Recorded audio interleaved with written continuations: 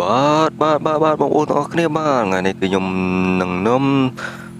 ចំណៃថ្មីបងប្អូនមកមើលការលេងរបស់ player Free Fire របស់យើងបាទបន្ទាប់ពីខ្ញុំបានជួបហើយបាញ់ជាមួយគាត់មិនឈ្នះហើយខ្ញុំក៏មិនទុកចិត្តគាត់បាទខ្ញុំក៏នៅមើលគាត់បាទអ្នកគ្នាជួយពិនិត្យមើលខ្ញុំទាំងអស់គ្នាបាទថាគាត់ទឹកដៃឬក៏យ៉ាងម៉េចបាទតាមខ្ញុំស្មានមើលទៅទឹកដៃ50មិនទឹកដៃ50ចាំមើលយើងតាមដានទាំងអស់គ្នាបងប្អូនបាទជួយពិនិត្យមើលខ្ញុំបាទកុំឲ្យខ្ញុំចេះតែថាបងប្អូនបាទបងប្អូនមើលជាក់ស្ដែងទៅបាទពួកឯងខ្ញុំធ្លាប់បាញ់ចូលក្បាលដែរតែខ្ញុំមិនជឿជាក់ដូចគាត់ទេបាទពេលខ្លះខ្ញុំវាមិនដឹងដែរពួកឯងយើងបាញ់វាមិនចូលក្បាលដូចគេទៅពេលយើងឃើញគេចូលក្បាលទៅយើងចំណែនគេឬក៏មិនតែខ្ញុំចង់ឲ្យបងប្អូនជួយមើលខ្ញុំបាទកុំឲ្យខ្ញុំ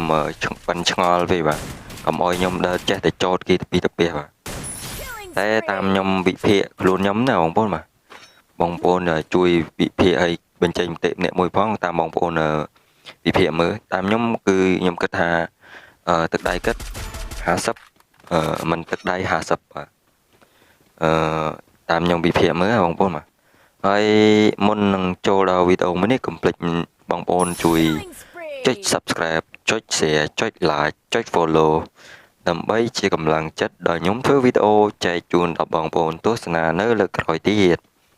អាហ្នឹងគឺជាការប្រម៉ូទក្រៅម៉ោងរបស់ខ្ញុំទេបងប្អូនបាទអត់មានប្រម៉ូទឲ្យណាម៉ូទខ្លួនឯងទៅ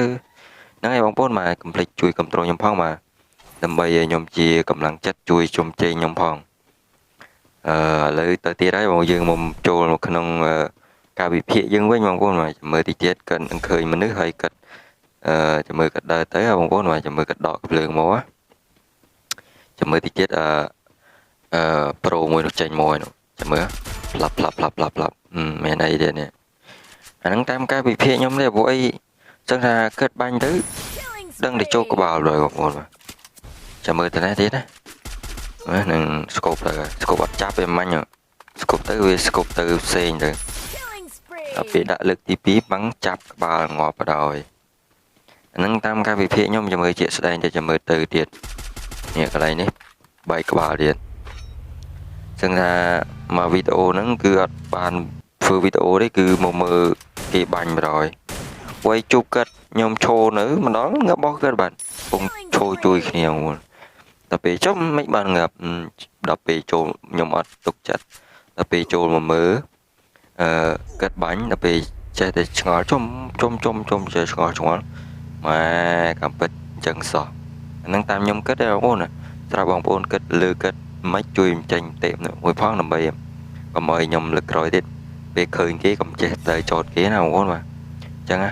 ពេលលើកក្រោយខ្ញុំឃើញគេបាញ់ក្បាលហើយខ្ញុំឈប់ចោតគេទៅហើយឥឡូវចាំមើលគិតពងដើររោមនេះហើយមានន័យថាគិតជីឡានជីអីគឺគិតជឿជាក់មែនទែនគាត់អត់ខ្លាចគេបាញ់មុខគាត់ឬក៏អីទេបងប្អូនបាទមកធីមអីគឺគាត់អត់ខ្លាចទេពួកអីដឹងស្រាប់អីគឺគាត់ដើរទៅគាត់ឯមួយម៉ែបហ្នឹងដោយបងប្អូនមើលវីដេអូពីដើមមួយដែលខ្ញុំប្រាប់បងប្អូនអញ្ចឹងគឺគាត់ដើរទៅគាត់ទេគ្នាគាត់ដើរណាដើរទៅគ្នាគាត់មិនសូវជាខ្លាំងទេបតខ្ញុំមើលrồi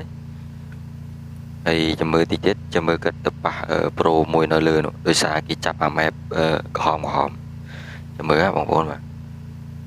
ហើយវីដេអូហ្នឹងគឺចិត្តដល់ចប់ទីបញ្ចប់ហើយបងប្អូនបាទមានអីច្រើនគឺខ្ញុំចង់មកឲ្យបងប្អូនជួយវិភាគមើលថាគាត់ទឹកដៃសុតឬក៏មិនទឹកដៃសុត